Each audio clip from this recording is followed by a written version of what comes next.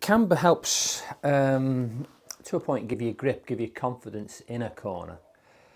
Well, camber's important because it helps to give you confidence on how fast you can go around a corner. Basically, if you have a positive camber going around the corner, ultimately you can go through the corner faster.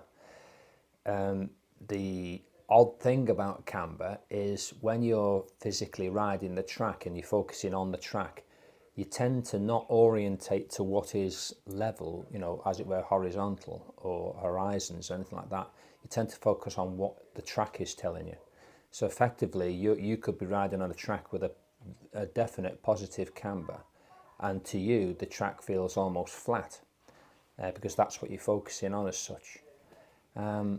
But corners with positive cambers, and I'm thinking of corners like the hairpin at Oulton Park, which has got a massive camber, turn to Anglesey, which has got a lovely camber all the way around it. You can go into those corners effectively much faster than you perceive that you can. A bit like a motocross rider would use a berm to sort of fire the bike into the corner, use the berm to give that extra grip to get the bike round the corner. In a crude way, that's what camber helps to give you. What I would always suggest to do when you go to a circuit, if you get the opportunity, is to walk the circuit, primarily so that you can visualize without being on the bike how much camber you've got to play with. Is there a way you can do that when you're walking the track? Well, yeah, you just notice how much camber that you've got. What you also have with camber is a change of camber, i.e. When you're going through, for instance, tracks which have a slight cambers going through corners. If you go through a chicane, at some point going through the chicane, you get a change of camber. Let's say if it's a right-left chicane, you've got a positive camber going through the right, so the track's tilted over. And then mid-chicane, the camber will change. Now, there are situations where, let's say for instance, a right-left chicane, if you go into the chicane really quickly, you'll go through the first part of the right and you'll drift maybe out of position, so you'll be over effectively to the left, right where the camber starts to change.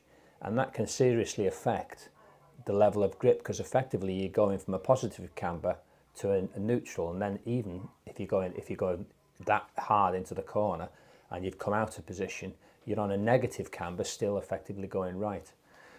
It affects the way the bike feels like going through a chicane. You'll get a positive effect going through the camber of the track, and then as you start to lose the camber, you'll notice the grip will start to change.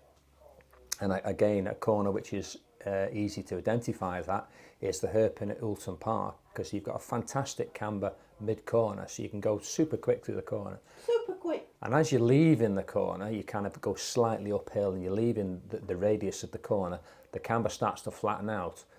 Two things: A, you're driving harder and harder and harder as you're leaving the corner, and the camber starts to go to almost a negative camber, or certainly flat. So then you'll lose grip and you'll start to the bike to squirrel about. So it's identifying those points, which you can do when you're walking round.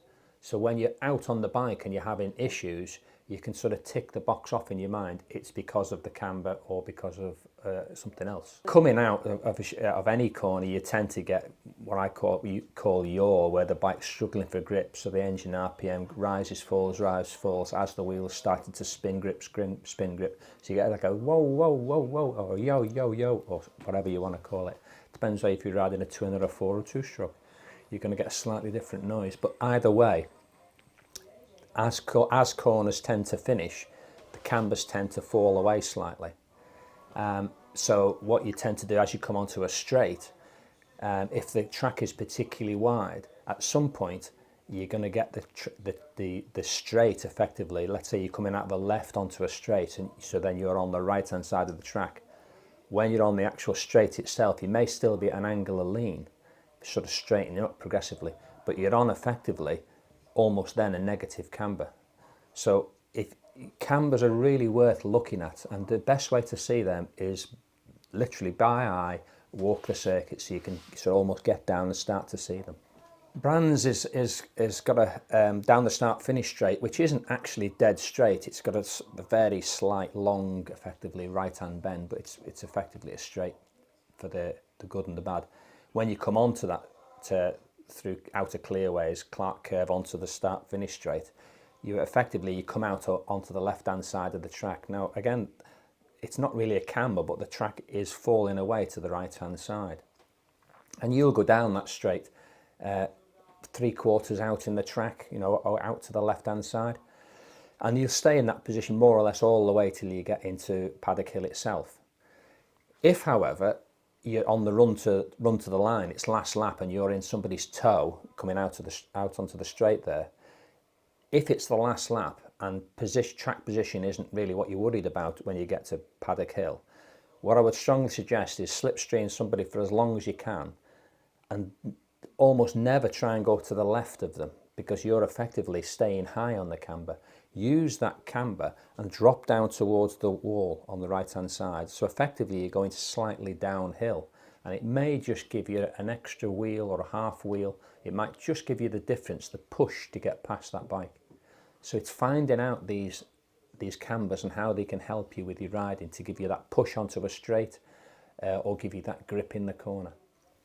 Well, you can certainly feel it when you're you're starting at Brands.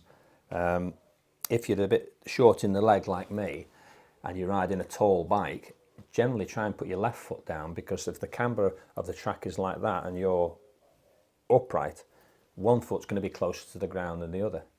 And when you ever see at the start of a wet race at Brands, what you'll see is as the bikes move away and they start to generate a bit of wheel spin, you'll see the back of the bikes kick away because they're falling down the camber. So if you can feel it with your foot, it's a definite positive camber. So start at Brands, generally try and put your left foot down, because I've done it, but I've rolled up on a tall bike and nearly fell over going right, because the ground to the right is slightly further away. It's not massive, but you can feel it. If you picture a camber like the start line at Brands Hatch, now we're standing effectively behind a bike, or you're on the bike behind following somebody, and you pull up on the line, the camber of the track might only be a very slight drop off, because obviously that's level, so you get a slight angle, which means if you're upright on the bike, which you will be, you'll be essentially like that on the bike, which means your old feet, your legs dangling down off the bike, will be one either side. So this one's obviously going to be able to touch easier than that one. Now, as the bike starts to accelerate, and it's obviously going away from you at this point, if any movement's going to happen, the back of the bike is going to try and go that way, because as the bike moves forward, the wheel, if it does start to spin, will slip and fall that way. So you'll tend to find, if you go off the line, it may even be worthwhile going ever so slightly right to try and get the bike, it might only be a degree or two, slightly going right, so you've got more of a 90-degree angle where the wheel's touching the floor. Where if you effectively go off the line and try and go round the left side of somebody, effectively you're going slightly left, so you're making that angle more acute.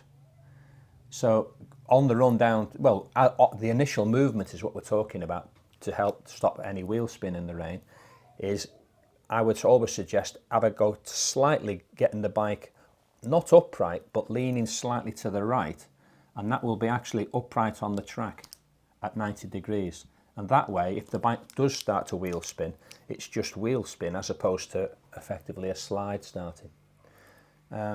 It's something that you only really ever encounter in the wet. In the dry, you've usually got an enormous amount of grip, so it's never going to be a problem. Okay. Is there really a lot of camber on UK tracks, Blow? Some circuits have steeper cambers than others.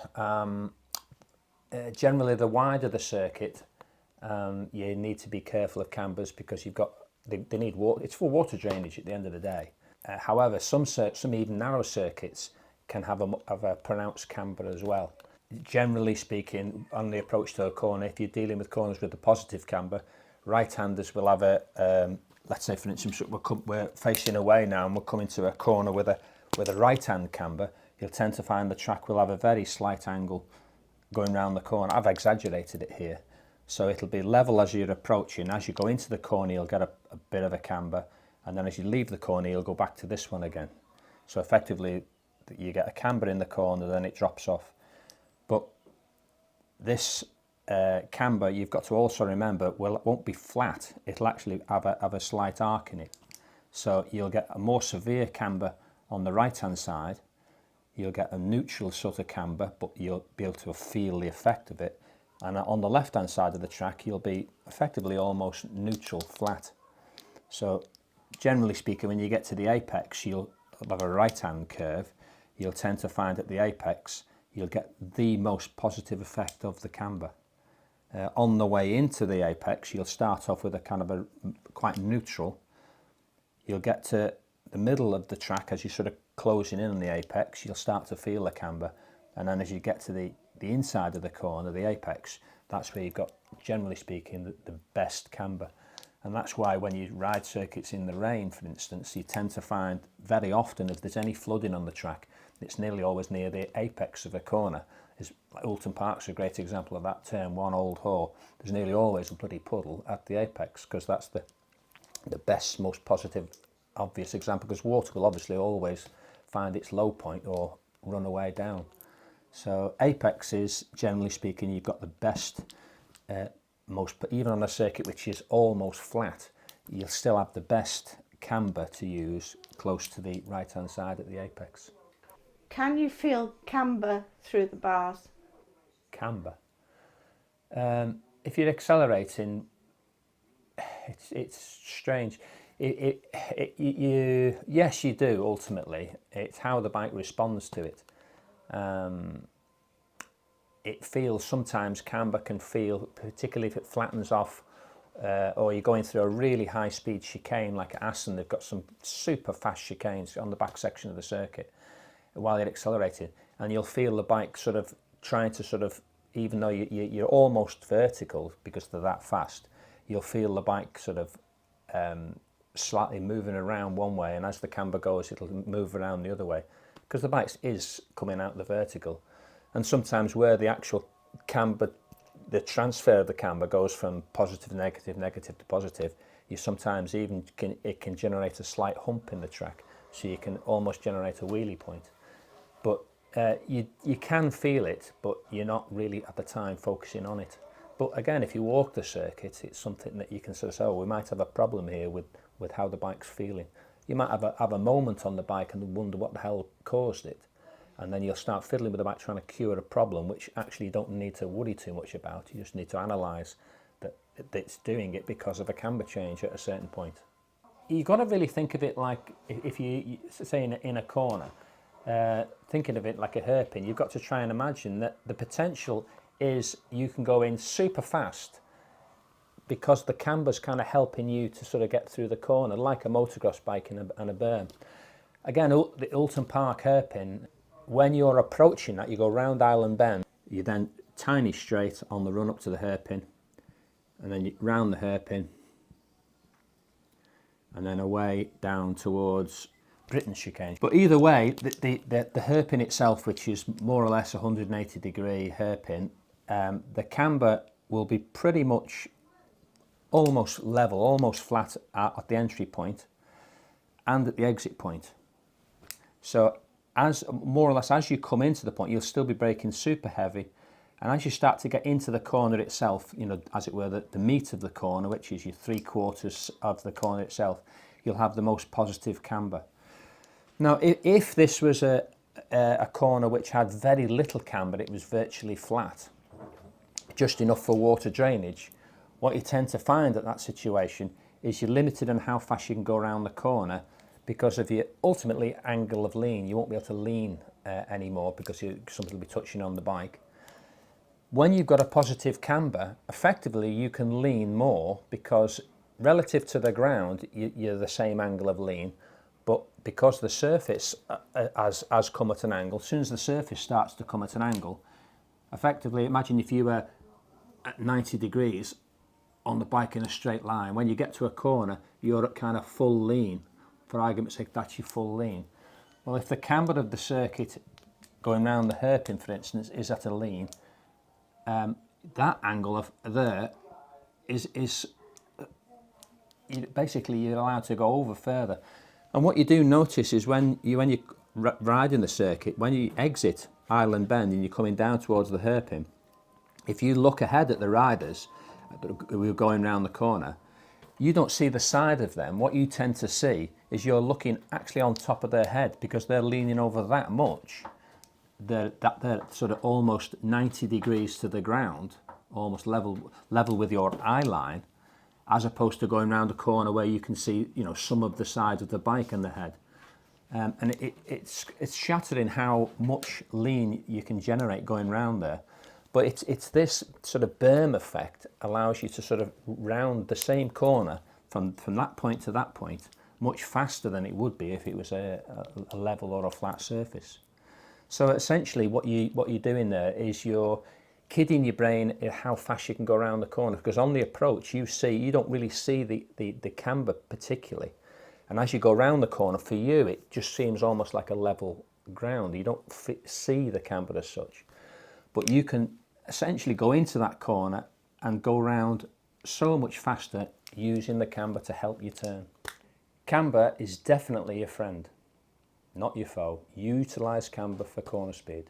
It's almost 100% a positive aspect for you to be able to use, and it allows you there's lots of tracks which have like hairpins and stuff like that, which are definitely positive camber that you can go into and really utilize the camber to sort of get the bike stopped, focus on a bit of speed going round the corner because you've got that positive camber, and get out. The last corner at Anglesey, I don't know what it's called, but the last corner at Anglesey coming onto start-finish straight, absolutely no camber. It's almost perfectly flat. You can tell when it rains there that the surface is just wet all the way across and doesn't tend to puddle anywhere particularly. And it's one of them corners which I'm not a big fan of, where you kind of like the grip mid-corner is okay, and then it goes to virtually nothing coming out because you've got this kind of just this flatness. There's no positiveness going around it at all. So again, walk the track, you see these things.